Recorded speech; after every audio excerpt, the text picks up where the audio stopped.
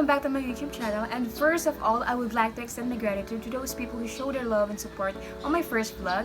And pagbibigyan na natin yung mga nagpapashoutout sa gilid. Shoutout sa'yo, Raf Patrick Malonzo. Shoutout sa'yo, Ate Alan Fitz. And shoutout sa'yo, Ate Hannah. And sa buong Lakan, my UP org, of course. So, yes, today we're gonna be doing two types of face masks. The first one will be no sewing and the second one will be with sewing. And yeah, let's start! Meron akong maiksing kwento. Yeah! Hirap na asawa ko yung pamilya ko.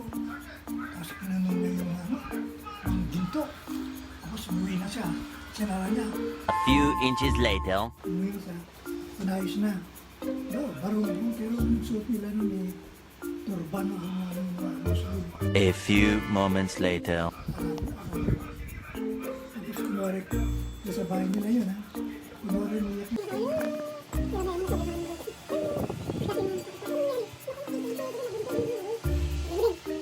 Meanwhile.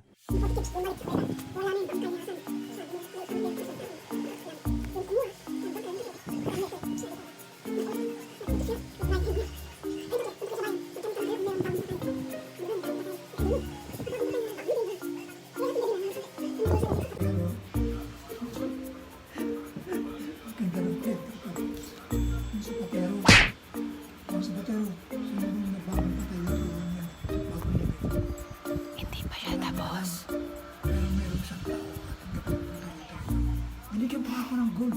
Gold! One eternity later. Tapos ipapayan yung mga tauhan natin. Boss.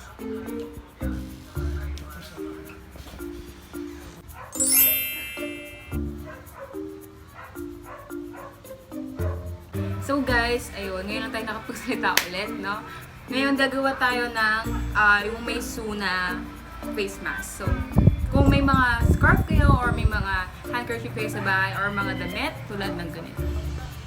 Na ganyan, pwede kayo gumawa ng face mask and make sure to wash them before you make a face mask.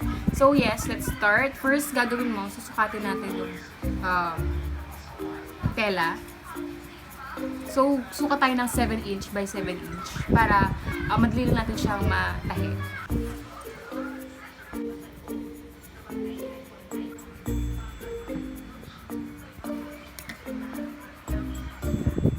So, if may 7 inch by 7 inch ka na, ganito yung magiging itsura. And tatahiin mo lang yung gilid niya ng either running stitch or back stitch. But I prefer back stitch para hindi siya matanggal-tanggal. And since GCQ na, many people will be going out and some of them may not have the privilege to buy face masks. So, we have this idea na pamigay itong mga face mask na gagawin ko, tatahiin ko. And I hope na makatulong ito sa kanila. After natin i-sew ng back stitch tong gilid, pwede mo na siyang tupiin.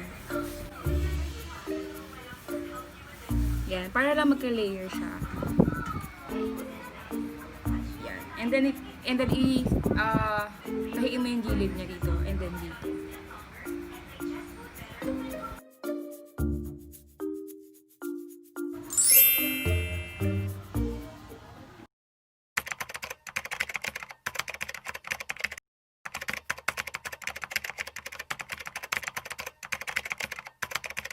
Ay, pwede na pala ikaw lumabas.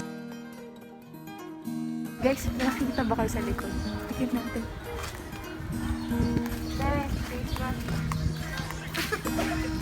Ay, ate ko pala to. Guys, wrong idea ata to kasi naka-face mask lahat ng tao. Kyla, ito na may mask 20. Yun nga may bayad yung mga mask. So, mali mo may mga hindi, walang pera na gustong bumili pero wala silang pera, di ba?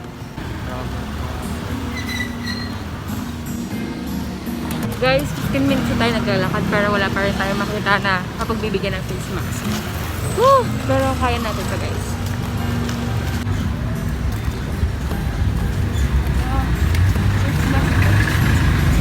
Ingat po kayo.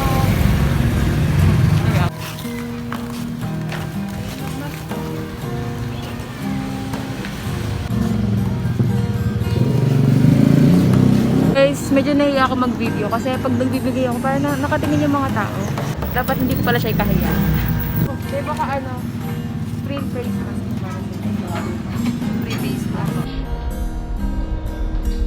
Uwi na kami ngayon. Sayang lang kasi hindi hindi namin na-post yung mga face mask na ginawa ko. Pero okay lang kasi ibig sabihin nun, sumusunod na yung mga tao sa batas. And yung mga tao naman na nabigyan namin na konti is kailangan talaga nila yung face mask since GCQ na at maraming taong lalabas. So kailangan nila ng protection. And I'm very blessed na nakapagbigay ako sa mga tao na. So yun lang. Thank you guys for watching this video. Hope you enjoyed it. Goodbye!